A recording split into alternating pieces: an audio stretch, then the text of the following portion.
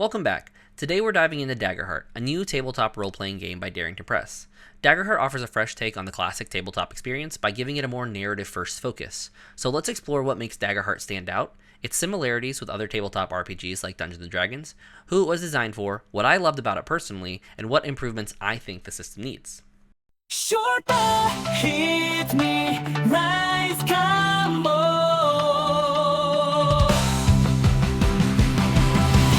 Daggerheart is a fantasy tabletop RPG currently in open beta, inviting players to explore a world rich with magic, mystery, and the medieval adventures you know and love from other tabletop RPGs. Players can create characters from various classes, each bringing unique elements to the collaborative story crafted around the table. Similar to Dungeons & Dragons, Daggerheart thrives on the epic narratives and character development, but introduces distinctive features. The combat system in Daggerheart is more fluid and cinematic than D&D's structured turn-based combat, emphasizing storytelling over the strict turn order. In Daggerheart, combats use an action tracker system, where the players may take turns in any order they wish, where the GM takes turns based off of a narrative resource known as fear, that the GM accumulates throughout the session and/or combat. This fear resource is balanced by the player's ability to gain their own resource called hope. Hope is then used by the players to affect narrative through spells, abilities, or background experiences. The game cherishes a fiction-first approach, where rules are flexible and bend to enhance the narrative joy of the game. One thing to note though, Daggerheart is still currently in open beta, meaning it is going to change and shift throughout the playtest, as its expected launch is going to be early 2025. One question that has been plaguing the TTRPG community is Daggerheart the D&D killer? To answer if Daggerheart is the D&D killer is a question that might be a little misguided, because Daggerheart and Dungeons & Dragons share many foundational elements like the rich fantasy setting and roleplay mechanics. However, Daggerheart does introduce unique features that do set it apart. The game moves away from the traditional battle-focused gameplay of D&D and instead focuses on that narration-driven combat system. It also has an initiative to integrate modern safety tools into its framework to ensure inclusivity and respect among players. So rather than competing with D&D, Daggerheart really offers an alternative for players seeking a game with a more narrative-driven approach, where the mechanics are there to support storytelling rather than combat.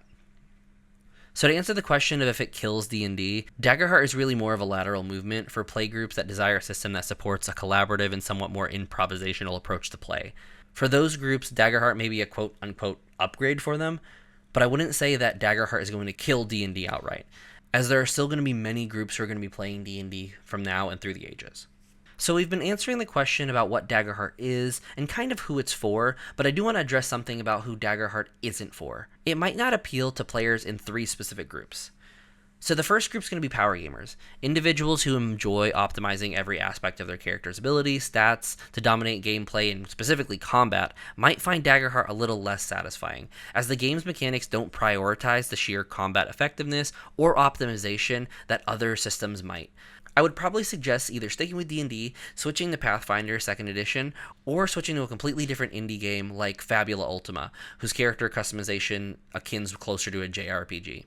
Another type of player that might struggle with Daggerheart are players who are a fan of that heavy crunch. Players who really prefer a complex rule system with deep mechanical intricacies as a core of their gameplay experience might find Daggerheart a little too mainstream. The game does simplify many traditional TTRPG mechanics in favor of a smoother narrative flow.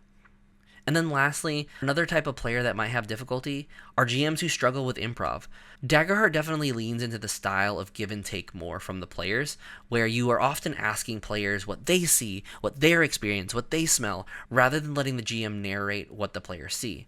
This may be difficult for some GMs who struggle with improv, because the players could throw some really off-the-cuff suggestions where the GM might not know how to answer or how to respond to something like a triceratops in the middle of a tavern. Though, to the flip side of that, I could see a problem with power gamers who want to abuse that mechanic of when the GM asks them what they see by saying something like, "Oh, there's a powerful magical rod on the other side of the room." Players like that would likely abuse the system that the game gives you to make their characters more powerful, which would often take you out of that narrative-focused gameplay. So, like I said, Daggerheart is really ideal for players who value storytelling and character development over the rigorous adherence to rules. It's perfect for those who enjoy creative collaboration within their gaming sessions, both GMs and players. So then, what do I personally think about Daggerheart?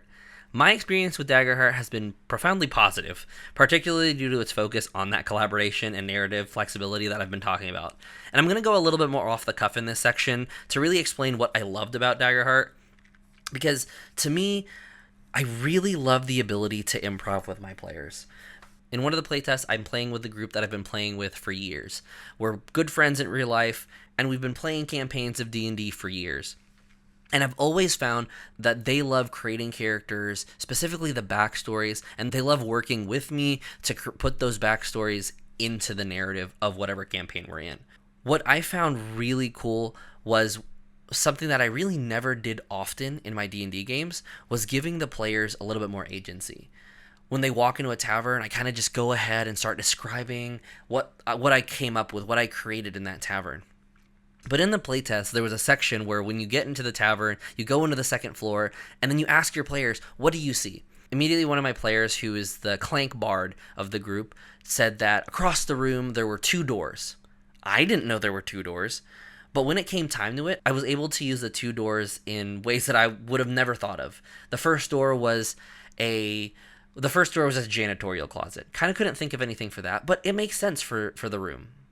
The second door, however, had a do not open sign. And when they opened the sign, they found that it was completely bare and open, and it was basically exposed to the outside as it was under construction. From there, they ended up seeing the next point of interest and ended up figuring out that that's the next place that they needed to go for the quest, which really gave me the ability to kind of help direct my players in a certain direction when I didn't really know how the module or how the playtest transition from the tavern to that next section at the Whitefire or at the Whitefire Arcanist. Another thing that I found really fun was the hope and fear system. So unlike D&D, where it's based off of D20, the game works off of a 2d12 system, one of your d12s being a hope and the other d12 being a fear. And so when the hope die is higher, the players gain a hope that they can use to then spend on their spells, abilities, experiences to give them bonuses mechanically. But when they roll with their fear die that's higher, I get a piece that allows me to make GM moves, allows me to just kind of manipulate the story a little bit from a mechanical standpoint, while not always overdoing it and just making stuff up off the spot. I will say this does caveat that this system doesn't call for checks as much as D&D.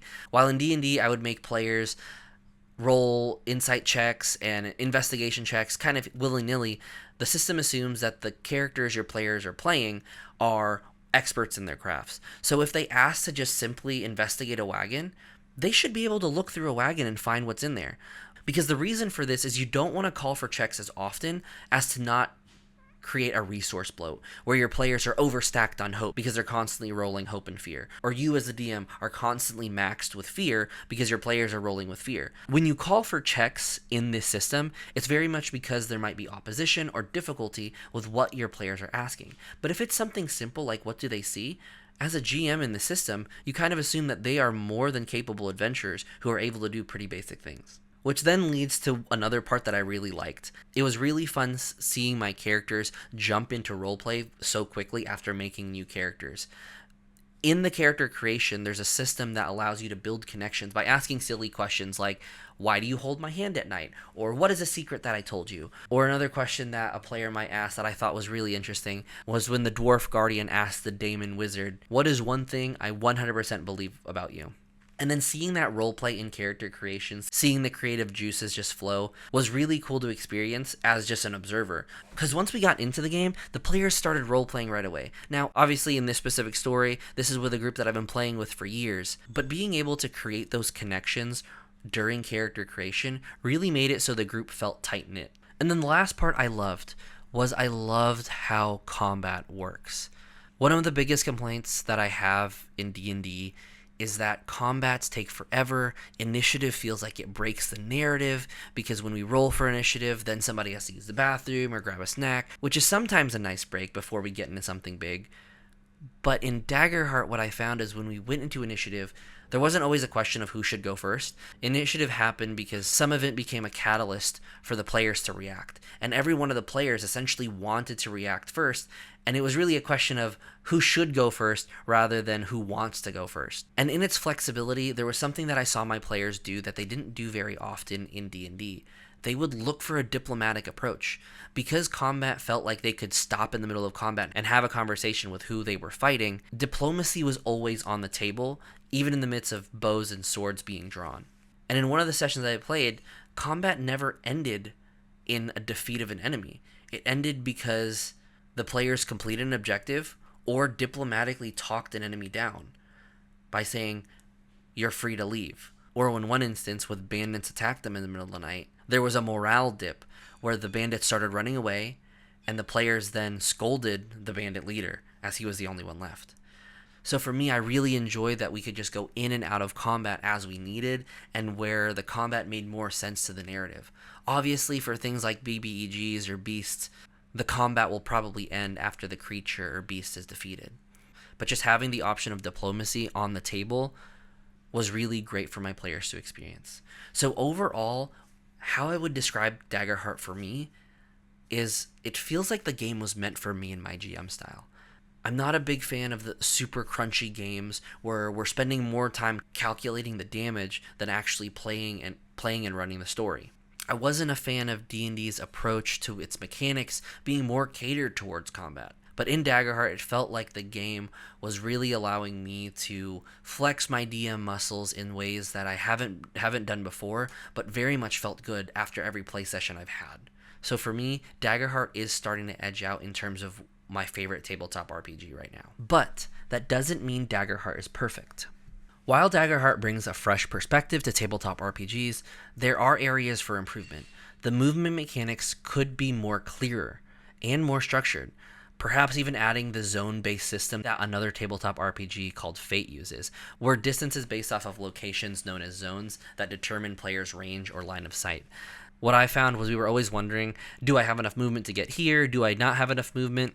The length of a card or length of a pencil didn't always work, and we ended up just defaulting to 5 feet, 30 feet when it came to movement, which I don't think is Daggerheart's intent. Zone systems might be an option for them, but I'm not sure. Maybe they have another idea, or there's another idea out there that might be better than that. Another change I'd like to see is adjusting the condition for resetting certain abilities. Some player abilities, like the Bard's Rally feature, are restricted to a once per session reset, which can be limiting and kind of was, especially for longer and more intense sessions where multiple significant encounters could happen.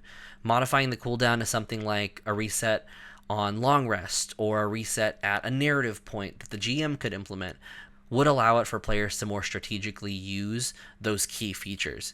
And this issue could vary, because some groups could last 2 hours, but other groups could last a 6-hour session. So in a 6-hour session, only being able to use the Bard's Rally once is limiting and probably might end up hurting what the player is able to do, and at least the enjoyment of character abilities like the Bard's Rally. And another thing that really kind of confused me a little bit was not really having economic consistency. I'd really like for Darrington Press to introduce a standard pricing guide that could help GMs maintain economic consistency within the game world. The golden economy system in Daggerheart does lack detailed guidance, making it a little challenging for GMs, at least for myself, to set constant prices for items and even just rewarding players. And I know this is their intent. There isn't any rules, and there's actually a specific thing in the manuscript that does say we don't want to put prices down so that you can give items to players freely without them having to worry about how much something costs. I assume that this is mostly for it being a beta and so that we can actually test magic items.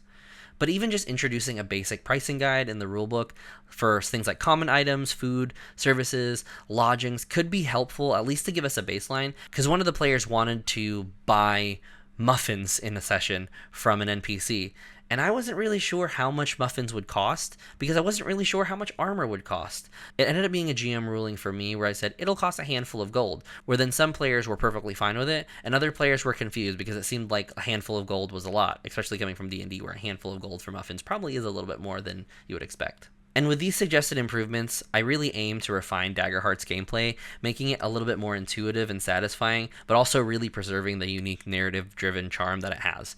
Hopefully by addressing these aspects, Daggerheart can better fulfill its promise as a game that marries deep storytelling with engaging player-friendly mechanics. So that's everything you need to know about the enchanting world of Daggerheart. Whether you're an RPG veteran or a newcomer eager to explore your first tabletop adventure, I hope this video has at least piqued your interest. And if you've enjoyed this deep dive into Daggerheart and want to be a part of a growing community, join our Discord community in the description down below and connect with other players. And if you're ready to jump into a game yourself, I'm hosting Daggerheart sessions on my Start Playing page, so check out the link in the description as well to sign up and experience Daggerheart firsthand. And finally, if you have any thoughts, questions, or experiences you'd like to share about Daggerheart, drop a comment down below. I'd love to hear your stories and discussions about Daggerheart. And so until our next adventure, keep those dice rollings and let your imagination lead the way. Thanks for watching. I'll see you in the next video where I go over Daggerheart classes.